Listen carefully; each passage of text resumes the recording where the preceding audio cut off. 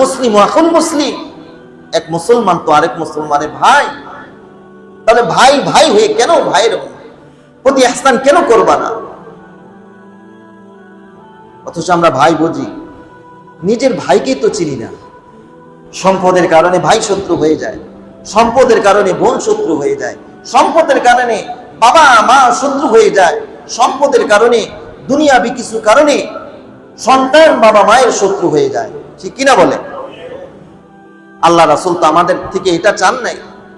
এই জন্যই কি তিনি গোটা জিন্দেগিটাকে আমাদের জন্য ব্যয় করে দিয়েছেন।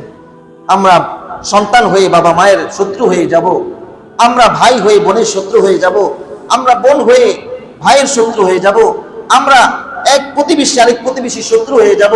এই জন্য তো আল্লাহ রাসূল তার জিন্দেগিটাকে ব্যয় করেন নাই। আল্লাহ রাসূল তার পুরা জিন্দেগিটাকে ব্যয় করেছেন যেন আমরা একে অন্যের জন্য হিতাকাঙ্ক্ষী হই, একজন আরেকজনের জন্য কল্যাণকামী হই। আমরা ভুলে গিয়েছি আরেকজনের উপকার করা, আমরা ভুলে গিয়েছি অন্যের কল্যাণকামী হওয়া। আল্লাহ রাব্বুল আলামিন আমাদের সবাইকে হেফাজত করুন, সবাই বলে আমিন।